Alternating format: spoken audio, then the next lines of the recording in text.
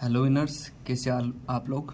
आज है 11th-12th का जो सीबीएसई और आरबीएसई के अंदर दोनों के लिए प्रीफर था अपना विनर बैच, जिसके अंदर डिटरमिनेंट पार्ट चल रहा है 4.3 का, जिसके अंदर 4.1 और 4.2 मैंने कंप्लीट करवा दिया। आज है 4.3 का इंट्रोडक्शन पार्ट, इसके बाद इसकी एक्सरसाइज की क्वेश्चन करेंगे। तो इसके अंदर मेनली दे रखा है कि एक माइनर फैक्टर निकालना है और एक को फैक्टर निकालना होता है। दो चीज़ें निकलवानी होती है इसके अंदर, वो एक तो को factor and minor. Only in दो के ऊपर ये एक्सरसाइज पूरी डिपेंड है। तो आप अपने आराम से इसको देखना और समझना कैसे कैसे ये पॉसिबिलिटी है कि आप माइनर कैसे निकाल सकते हो। 2/2 की मैट्रिक्स दे दें या 3/3 की मैट्रिक्स दे दें, उनका भी कैसे निकालते हैं।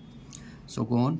माइनर है the remaining determinant that is obtained by suppressing the row and column of a given element of the determinant is called the minor of the element.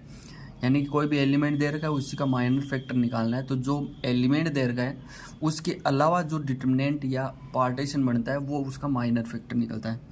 इसको डिनोटेट करते हैं MIJ। आई क्या है यहाँ पर, आई है यहाँ पर रो एंड जे है यहाँ पर कॉलम। तो यहाँ पे याद रखना, जहाँ पर आई लिखते हैं ये रो को इंडिकेट करता है, यहाँ जो जे लिखते हैं ये कॉलम को इंडिकेट करता है। सो अगर कोई भी मैट्रिक्स दे रखी है, कोई भी डिटरमिनेंट पार्ट के अंदर दे रखा है, तो A1 B1 C1 A2 B2 C2 A3 B3 C3, इसका ऑर्डर क्या होगा, 3 रो एंड 3 कॉलम दे रखे हैं। इसका मतलब 3/3 का एक डिटरमिनेंट पार्ट दे रखा है। अगर मैं इसका M11 निकालता हूँ, M11 का मतलब ये पहला एलिमेंट, अगर पहला एलिमेंट है तो पहला रो गया और पहला कॉलम गया। तो इसके अलावा जो एलिमेंट बचते हैं उसको डिटरमिनेंट में लिखना है। तो कौन कौन लिखे, B2 C2 B3 C3 B2 C2 B3 C3। ये M11 आ गया। M11 क्या है यहाँ पर, ये माइनर ऑफ M11 है। ये M12 कैसे निकलेगा, सेकंड पार्ट ये लेंगे तो यहाँ पर ये रो गया और ये कॉलम गया। तो इसका मतलब ये दोनों और ये दोनों बच गए। इनको डिटरमिनेंट पार्ट में लिखना है। और डिटरमिनेंट पार्ट में लिखने के बाद आपको पता है कि इसे क्रॉस मल्टीप्लाई करते हैं और मिडल के अंदर माइनस फॉर्मेशन लिखते हैं। वही उसका डिटरमिनेंट का इवेल्युएशन होता है या मल्टीट्यूड निकलता है। तो यहाँ से सबका निकाल लेंगे। अगर मान सकते हैं कि कोई भी इक्वेशन दे रखा है कि एक मैट्रिक्स या फिर डिटरमिनेंट पार्ट के अंदर दे रखा है, इसका 3 4 1 2 के अंदर दे रखा है, मान सकते हैं ये एक मैट्रिक्स है। तो मैट्रिक्स का माइनर फैक्टर कैसे निकलेगा, फर्स्टली देंगे कि M11 की वैल्यू क्या है। यहाँ पर देखो A11 क्या है, A11 3 है। तो इसके अकॉर्डिंग करेंगे, तो 3 के अकॉर्डिंग करेंगे तो ये रो गया ये कॉलम गया, तो ओनली 2 बच गया, तो यहाँ पर 2 लिख दिया। M21 करेंगे तो M21 क्या है पोर्शन, ये 2 1 है क्योंकि सेकेंड रो का है। ये फर्स्ट रो, ये सेकंड रो और फर्स्ट कॉलम दे रखा है तो 1 का है। अगर 1 लेंगे तो ये रो गया और ये कॉलम गया, तो दोनों का पोर्शन निकलेगा तो 4 आ जाएगा। ऐसे इन दोनों को लिखा और इन दोनों का लिखने के बाद इसको मैट्रिक्स या डिटरमिनेंट फॉर्मेशन के अंदर इनको लिख दिए। ये 2/2 का मैट्रिक्स फॉर्मेशन है। इसके आगे देखते हैं क्या किया जा रहा है अगले पेज पे। इसके बाद निकालेंगे कोफैक्टर। द कोफैक्टर AIJ, इसको ऑल्सो डिनोट करते हैं, कोफैक्टर को A से डिनोट करते हैं, माइनर को M से डिनोट करते हैं। MIJ का मतलब, I का मतलब क्या है यहाँ पर रो है, J का मतलब है यहाँ पर कॉलम है।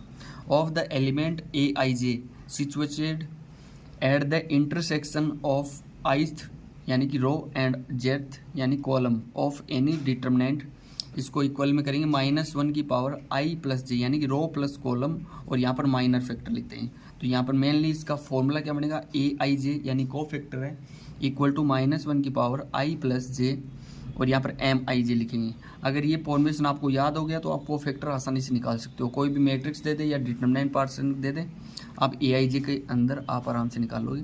तो where MIJ is the minor of AIJ, यानी AIJ का माइनर क्या है यहाँ पर MIJ है। तो इसी चीज़ को फॉर्मेशन चेक किया है। तो इसके अंदर बोल दिया, मान सकते हैं कि जो AIJ है इसके अंदर MIJ का पोर्शन अगर ये E1 के अंदर दे देता है, E1 का मतलब M11 दे दिया, मतलब 1 और 1 का फॉर्मेशन है, तो -1 की पावर क्या लिखेंगे, 1 + 1 लिखेंगे। तो 1 + 1 क्या करेंगे, -1 की पावर 2 हो जाएगी। -1 का स्क्वायर ऑलवेज पॉजिटिव होता है। तो ये यही चीज़ बोल रहा है कि when I + J is an even number, यानी इवन नंबर यानी कि ये 2 आ गया, -1 की पावर 2, ये पावर अगर 2 आ जाती है ना तो ये इवन नंबर में चलता है और MIJ हमेशा पॉजिटिव चलता है।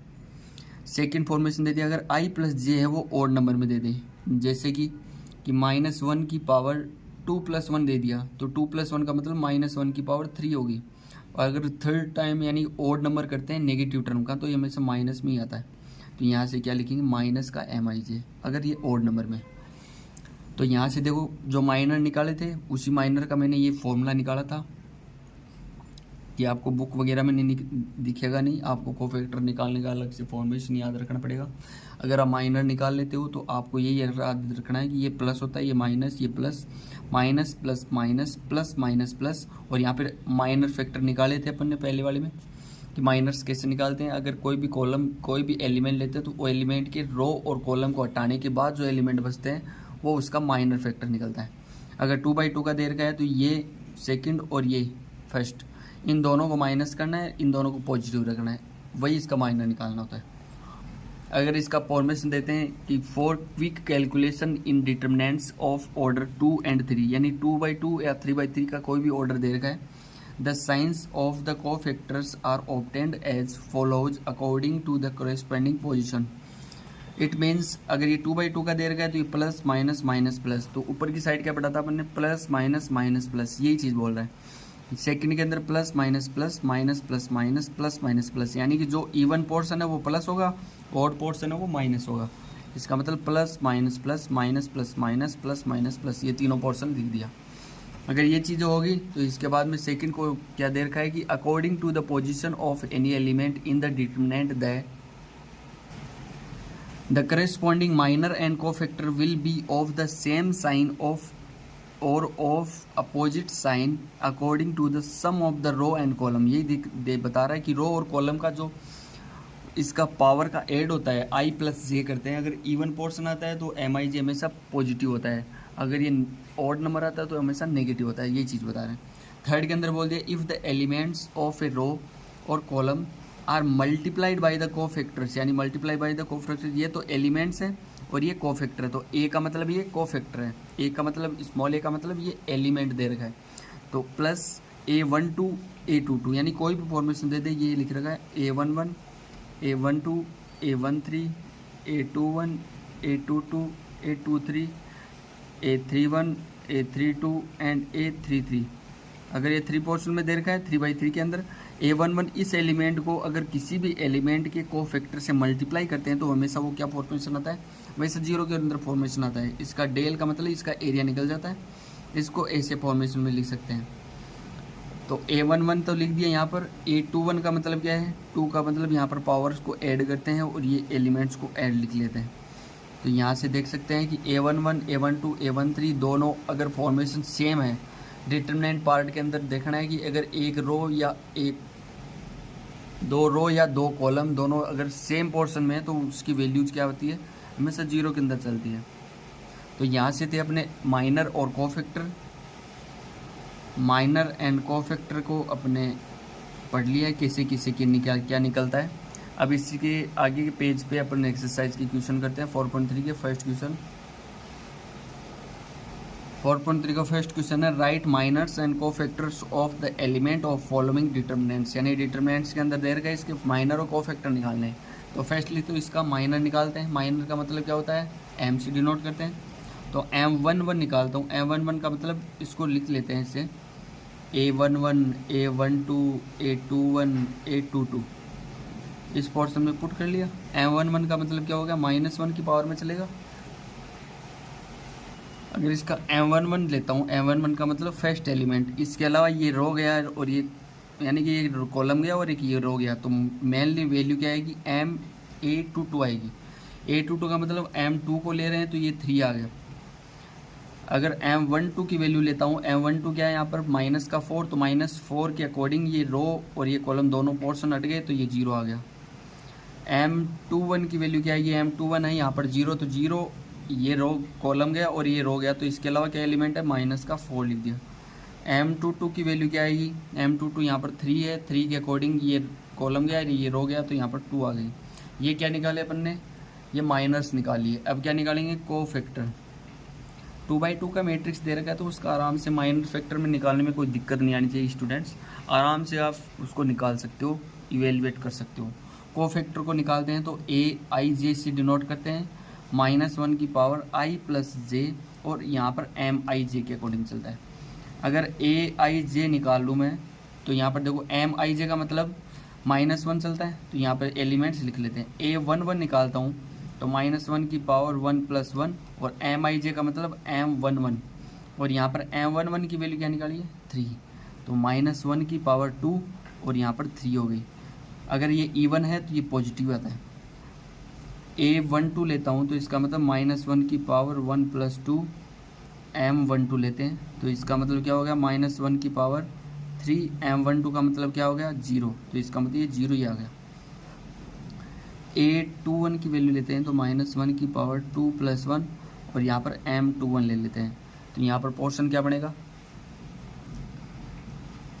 -1 की पावर 3 और M21 की वैल्यू क्या है यहाँ पर M21 की वैल्यू -4 दे रखी है -4, तो इसका मतलब -1 का क्यूब भी -1 और ये -4, तो यहाँ पर 4 आ गया।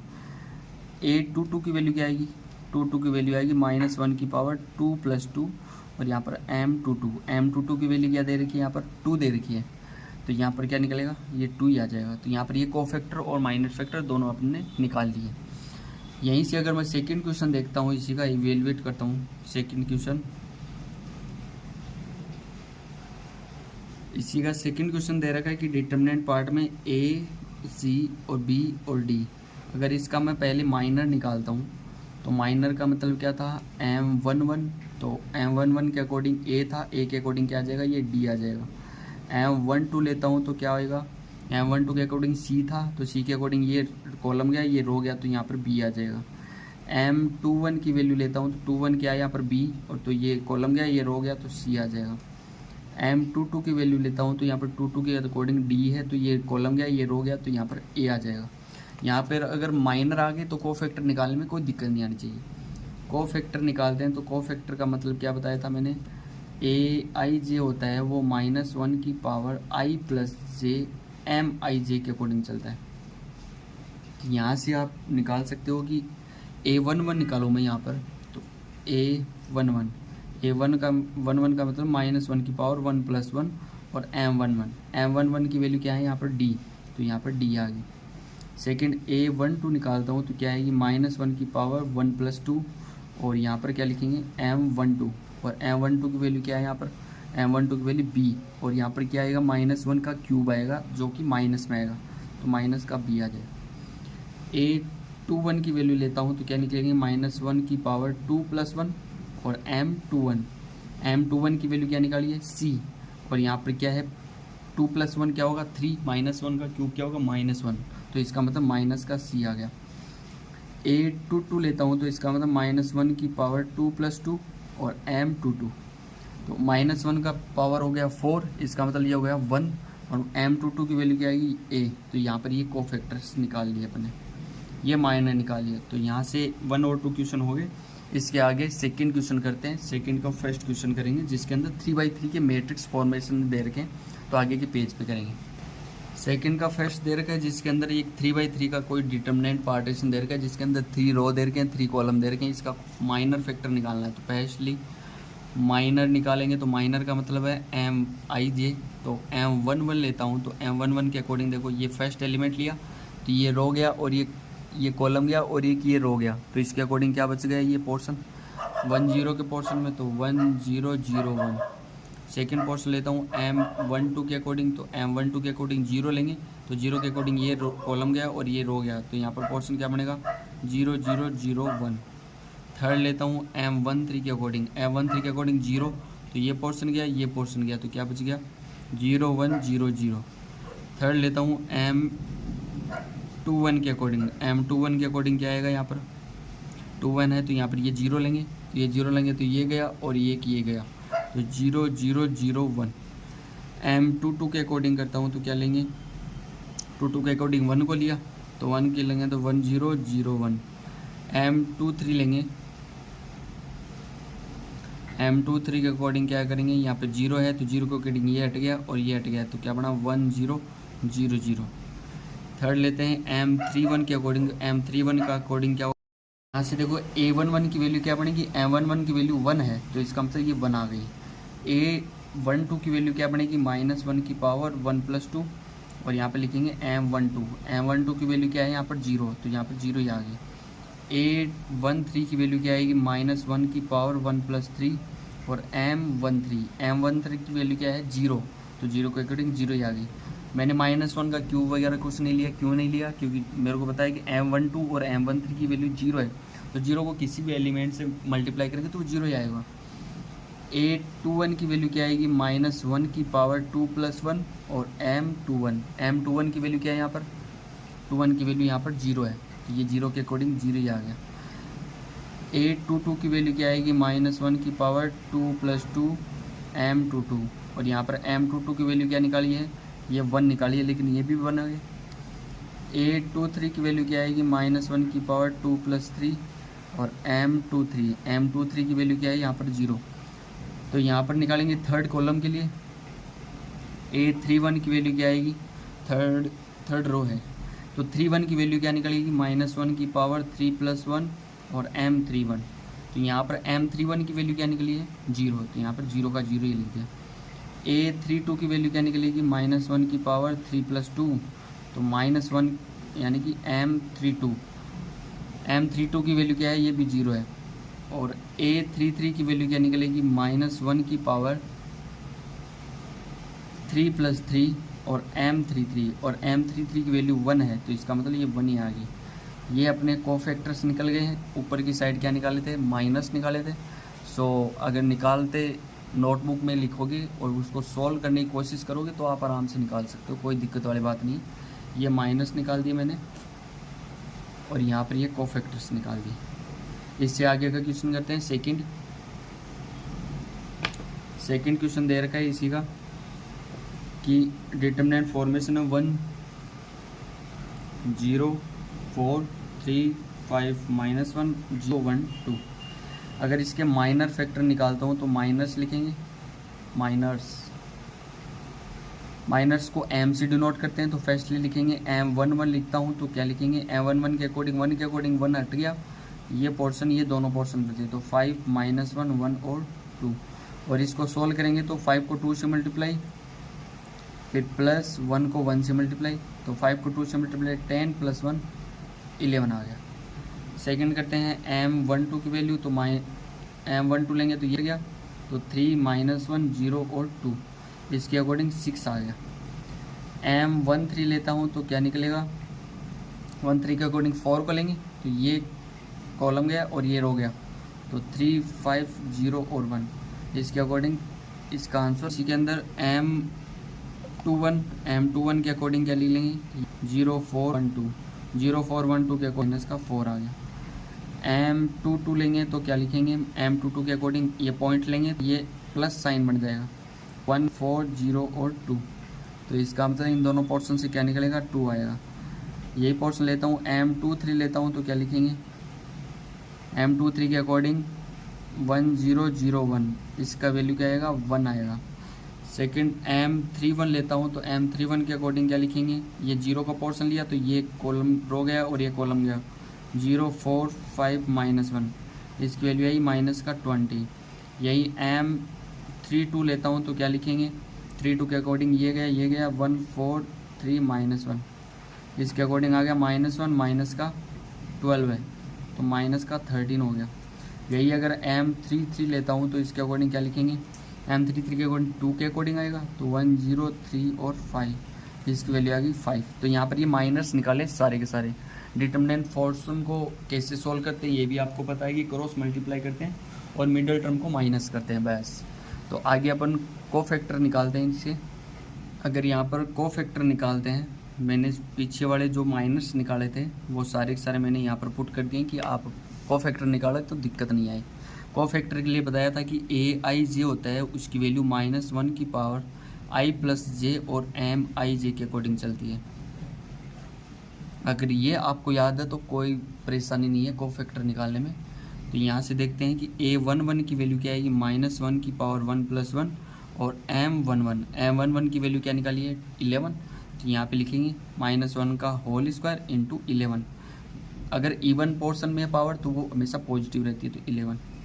A12 लेता हूँ तो -1 की पावर 1 + 2 और M12 की वैल्यू क्या निकली है 6, तो -1 का क्यूब और इंटू 6, इसका मतलब माइनस का 6। A13 लेता हूँ तो -1 की पावर 1 + 3 M13 की वैल्यू 3 आ गई, क्योंकि यहाँ पर ऊपर की साइड क्या था, इवन पावर थी। A21 लेता हूँ तो -1 की पावर 2 + 1 और M21 की वैल्यू क्या है, स्टार्टिंग में -4, तो यहाँ पर -1 का क्यूब है, लेकिन इनटू में भी -4 है, इसका मतलब ये माइनस आएगा, ये माइनस है, माइनस माइनस प्लस हो जाएगी। A22 लेता हूँ तो क्या निकलेगा, -1 की पावर 2 + 2 और M22 की वैल्यू क्या है, यहाँ पर 2 है, तो यहाँ पर 2 ही आ गया। A23 की वैल्यू लेता हूँ तो क्या लिखेंगे, -1 की पावर 2 + 3 और M23 की वैल्यू 1 है, तो इसका मतलब -1। A31 की वैल्यू लेता हूँ तो इसका मतलब क्या हो गया, -1 की पावर 3 + 1 और M31 की वैल्यू क्या है, M31 की वैल्यू है -20, तो -1 की पावर 4 इंटू माइनस का 20, ये +4 हो जाएगा, इसका मतलब माइनस का 20। A32 की वैल्यू लेता हूँ तो इसका मतलब हो गया -1 की पावर 3 + 2 और M32 की वैल्यू माइनस का 13, तो -1 की पावर 5 इंटू माइनस का 13, इसका मतलब 13। और A33 की वैल्यू लेता हूँ तो इसका मतलब -1 की पावर 3 + 3 और M3 की वैल्यू होती है 5, तो इसका मतलब ये आंसर हो गया।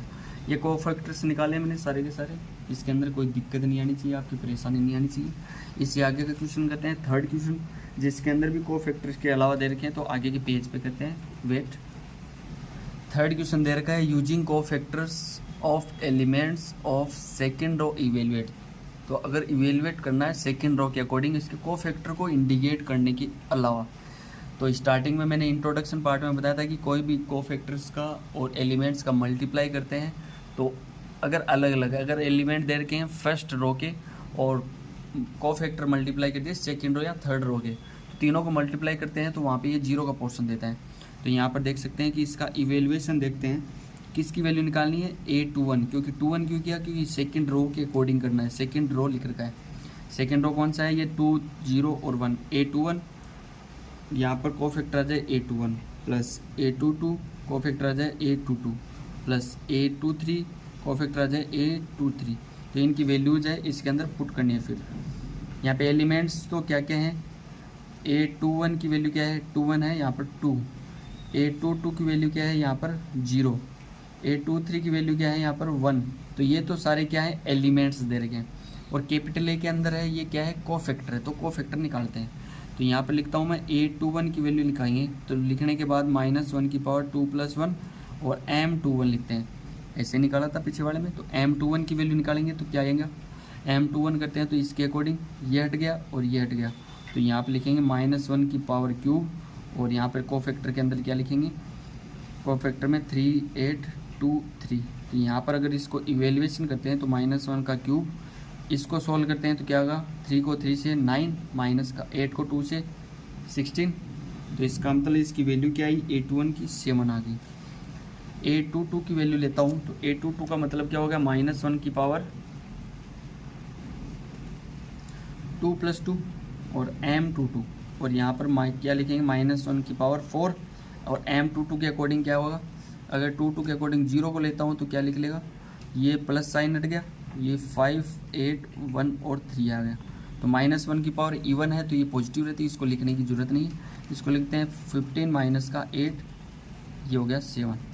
अगर मैं A23 की वैल्यू लेता हूँ तो -1 की पावर 2 + 3 और M23 की वैल्यू क्या है यहाँ पर, तो -1 की पावर 5, M23 के अकॉर्डिंग करेंगे तो 5, 3 और 1, 2, इसकी वैल्यू क्या है, -1 की पावर 5, ये क्या होगा 10 - 3, इसकी वैल्यू आएगी -7, तो तीनों वैल्यूज आ गई, ये सारी इसके अंदर पुट करनी है। तो आगे के पेज पे करते हैं वेट फॉर वेट। तो मैंने बताया था कि डेल है इसके according A21 capital A21 plus A22 capital A22 plus A23 capital A23, इसकी वैल्यू बतानी थी। तो A21 की वैल्यू क्या थी अपनी 2, A21 कैपिटल A21 की वैल्यू 7 निकाली थी, A22 की वैल्यू 0 थी और A22 यानी कि जो कोफैक्टर था उसकी वैल्यू 7 निकाली थी। A23 की वैल्यू 1 थी और एक जो कोफैक्टर निकालता है उसकी वैल्यू -7 थी। तो इसको सॉल्व करेंगे तो क्या निकलेगा, ये इसको मल्टीप्लाई किया तो 14, इसको मल्टीप्लाई किया तो ये 0, इसको मल्टीप्लाई किया तो -7, तो यहाँ पर क्या हो गया 7, ये अपना आंसर हो गया। अगर इसके अलावा अगर फोर्थ क्वेश्चन करता हूँ तो फोर्थ के अंदर दे रखा है using cofactors of element of third column के अकॉर्डिंग इसको सॉल्व करना है और इसकी वैल्यूएशन देखनी है। तो थर्ड कॉलम के अकॉर्डिंग देखते हैं 1 1 1 X Y Z Z X और एक्स वाई, ये कोई डिटर्मिनेंट पोर्शन दे रखा है। इसको cofactors of elements of third column के अकॉर्डिंग इसको सॉल्व करना है। तो थर्ड कॉलम कौन सा है अपना, ये थर्ड कॉलम है। ये थर्ड कॉलम किस कैसे से डिनोट होता है, ये A31 A13 A23 A33। तो इसके अकॉर्डिंग लिखेंगे तो क्या लिखेंगे, A13 capital A13 plus A23 capital A23 plus A33 capital A33, यानी कि ये तो एलिमेंट्स दे रखे हैं तीनों और ये क्या है, कोफैक्टर्स दे रखे हैं। तो यहाँ पे पहले तो एलिमेंट लिख लेते हैं। A13 की वैल्यू क्या है, A13 यहाँ पर 1 2 3 है वाई जेड। A23 की वैल्यू लेता हूँ तो क्या लिखेंगे, जेड एक्स। A33 की वैल्यू लेता हूँ तो यह क्या लिखेंगे, एक्स वाई। और यहाँ पर A13 की वैल्यू निकालता हूँ तो A13 इक्वल टू -1 की पावर +3 और यहाँ पर क्या लिखेंगे, M13 के अकॉर्डिंग इसकी वैल्यू क्या निकलेगी, 4 आ गई। M13 क्या है यहाँ पर, वाई जेड के अकॉर्डिंग ये रो गया और ये कॉलम गया, तो 1 वाई 1 और जेड। तो इसके अकॉर्डिंग क्या लिखेंगे, जेड माइनस का वाई हो गया। अगर मैं A23 की वैल्यू लेता हूँ तो -1 की पावर 2 + 3, यहाँ पर M23, तो इसके अकॉर्डिंग -1 की पावर 5। M23 के अकॉर्डिंग जेड एक्स को लेंगे तो ये रो गया और ये कॉलम गया, तो दोनों का दोनों पोर्शन से क्या निकलेगा, 1 एक्स 1 जेड। तो इन दोनों से ये माइनस का बाहर भी आएगा क्योंकि ओड है, ओड पावर आती है माइनस की, वो हमेशा माइनस में चलती है। तो इसको लिखेंगे तो क्या लिखेंगे, -z minus x. Third A33 लेता हूँ तो क्या लिखेंगे, -1 की पावर 3 + 3 और M33 की वैल्यूएशन निकालता हूँ तो -1 की पावर 6। ये तो हमेशा इवन के अंदर है, इवन तो हमेशा पॉजिटिव रहती है। M33 लेता हूँ तो एक्स वाई के अकॉर्डिंग ये गया रो और ये कॉलम गया, तो क्या लिखेंगे, 1 एक्स 1 वाई। तो इसके अकॉर्डिंग क्या लिखेंगे, y माइनस का एक्स। अब ये तीनों पोर्शन थे A13 A23 और A33, ये तीनों के तीनों इसके अंदर पुट कर लेते हैं। तो यहाँ से क्या लिखेंगे, डेल इक्वल टू A13 की वैल्यू वाई जेड मल्टीप्लाई है A13 से, तो क्या लिखेंगे, जेड माइनस का वाई प्लस A23 की वैल्यू है z x multiply by minus z minus x. तो इसका मतलब यहाँ माइनस लिख देता हूँ, z minus x plus x y multiply by y minus का एक्स। अगर इन सब को सोल्व करते हैं तो क्या लिख सकते हैं, इसको सोल्व करने के बाद वाई जेड को जेड से मल्टीप्लाई किया, वाई जेड स्क्वायर माइनस का वाई स्क्वायर जेड। अगर माइनस को अंदर करता हूँ तो minus z square x, minus Z x को इससे करता हूँ plus Z x square plus x y square minus x square Y. अगर तीनों पोर्शन को सोल्व करता हूँ, सोल्व करने का मतलब इसके अंदर क्या क्या पोर्शन है वो कॉमन आ रहे हैं, उसको भी सोल्व कर सकते हैं हम। तो इन सब को सोल्व करते हैं तो यहाँ पे जो जो कट रहा है उसको काट सकते हो। y के अकॉर्डिंग करना है तो उसको y के अकॉर्डिंग भी सोल्व करना है। तो यहाँ पर लिख सकते हैं कि माइनस का y square z plus y z square, यानी कि जो माइनस का पोर्शन था उसको प्लस ले लिया, प्लस जेड का पोर्शन था उसको स्टार्टिंग में लिख लेते हैं, तो यानी कि plus x y square minus x z square, इन दोनों को साथ में लिख लिया। तो बच गया क्या, minus x square y plus x square z. तो अगर इसको आगे सोल्व करते हैं तो क्या लिखेंगे, -1 का पोर्शन है तो माइनस का वाई जेड बाहर आ गया, ये अंदर की साइड क्या बचा, वाई माइनस का जेड प्लस एक्स कॉमन ले लिया तो y square minus z square plus x square common ले लेता हूँ तो क्या होगा, वाई माइनस का जेड। लेकिन वाई माइनस का जेड के अकॉर्डिंग आएगा तो माइनस का कॉमन लेते हैं। अगर इन सब को सोल्व करते हैं तो क्या क्या पोर्शन आ सकता है, y माइनस का जेड बाहर आएगा, सबसे कॉमन है तो y माइनस का जेड कॉमन ले लिया, अंदर की साइड क्या बचेगा, माइनस का y z plus x y plus z, क्योंकि a square minus b square तो a plus b a minus b के अंदर चलेगा। इससे आगे क्या लिखेंगे, y प्लस जेड माइनस का ये एक्स स्क्वायर, क्योंकि y माइनस जेड तो बाहर ले लिया आपने।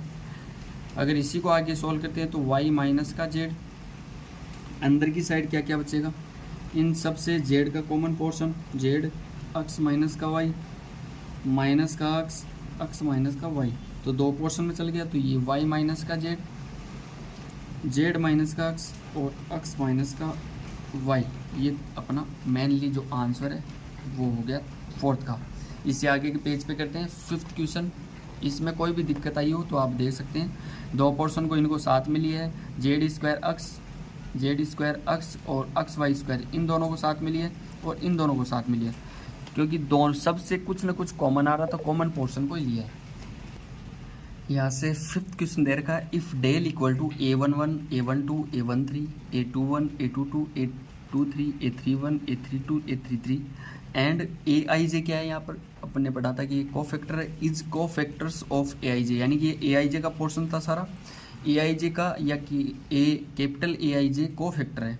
तो then value of del is given by, इन चार ऑप्शन में से कौन सा ऑप्शन है वो सही हो सकता है जिसकी वैल्यूएशन डेल के अकॉर्डिंग आती है। अगर मैं बोल दूं डेल के अकॉर्डिंग निकालते हैं कि अगर फर्स्ट रो के अकॉर्डिंग चलते हैं तो क्या लिखेंगे, a11 capital a11 plus a12 capital a12 plus a13 capital a13, इन दोनों तीनों पोर्शन के अंदर चलेगा, यानी कि जो इक्विवेलेंट के अंदर चलते हैं। अगर मैं डेल के अकॉर्डिंग कॉलम के अकॉर्डिंग करता हूँ तो a11 capital a11 plus second के अंदर करेंगे तो a21 लेता हूँ तो कैपिटल a21 लिख दिया, प्लस थर्ड करते हैं a31 तो कैपिटल a31 के अकॉर्डिंग चल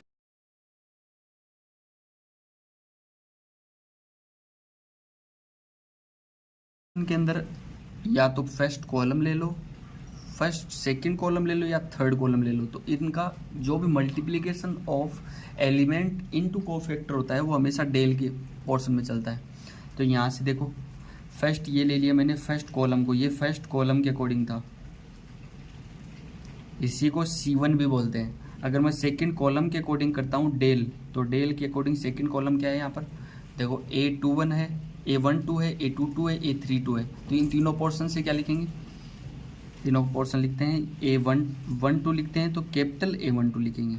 सेकंड कॉलम का सेकंड एलिमेंट क्या लिखेंगे कि a22 लिखता हूँ तो कैपिटल a22 लिखते हैं, प्लस a32 लिखता हूँ तो कैपिटल a32 लिखते हैं। अगर यही मैं थर्ड कॉलम के अकॉर्डिंग करता हूँ तो क्या लिखेंगे, a13 capital a13 plus a23 capital a23 plus a33 capital a33। तो तीनों पोर्शन का मैंने कॉलम के अकॉर्डिंग बता दिया।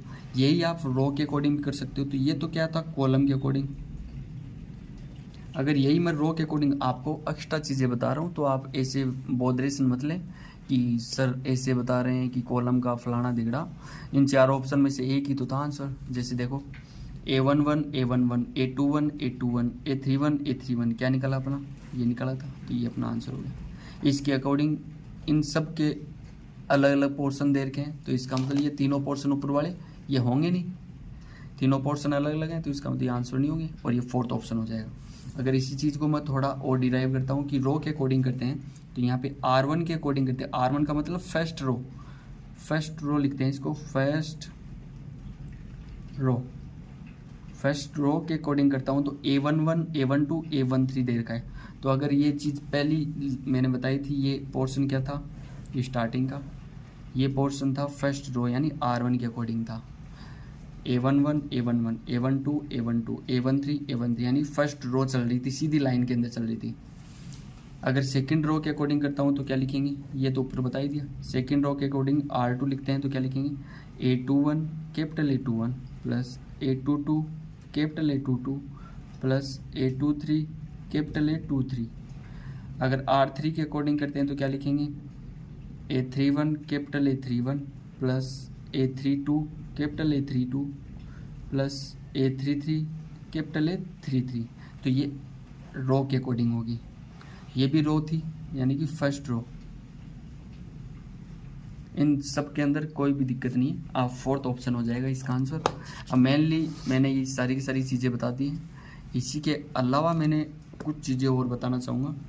जैसे आप अपने समर वेकेशन हो गए हैं, अब स्कूलें स्टार्ट होगी, तो स्कूल वगैरह स्टार्ट होती है तो उससे अच्छा है कि आप साथ में वीडियो के अकॉर्डिंग, वीडियो के साथ में भी आप अपनी तैयारी पुट अप कर सकते हैं। जैसे मैट्रिक्स पोर्शन कर दिया, तो मैट्रिक्स को आप अगर वीडियो के अकॉर्डिंग सीख लेते हो तो आप स्कूल के अंदर पढ़ोगे तो कोई भी दिक्कत नहीं आएगी।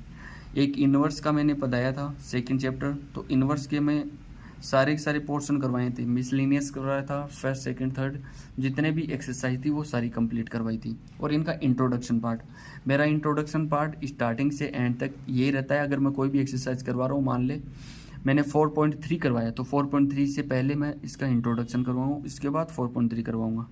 4.2 करवाई तो 4.2 से पहले मैंने करवाया था इसका इंट्रोडक्शन पार्ट, फिर 4.2 को करवाया। यही अपनी प्रोसेस है और इसी को लेकर आगे तक चलते रहेंगे कि अपने बोधरेशन भी नहीं रहे कि एक वीडियो इंट्रोडक्शन का डाल दिया और उसको कोई पढ़ेगा नहीं। तो जो एक्सरसाइज कर रहे हैं उसी के फॉर्मूले वगैरह मैं रिवीजन के लिए दे दूँगा, तो फिर आगे के क्वेश्चन हो जाएंगे। अब ये अगर फोर्थ चैप्टर हो जाता है तो इसके बाद में मैं फिफ्थ का चैप्टर करवाऊंगा, जिसके अंदर सारे क्वेश्चन का फॉर्मेट सब कुछ अपलोड करवाऊंगा। सो आप बने रहें और अपने स्टूडेंट्स, अपने फ्रेंड या अपने रिलेटिव हैं जितने भी जो भी 11th-12th के हैं, उनको आप अपना ये चैनल है शेयर कर सकते हैं। ये आप ही के लिए बनाया हुआ है, ये मेरा भी नहीं है। So thanks a lot, my name is Ravi.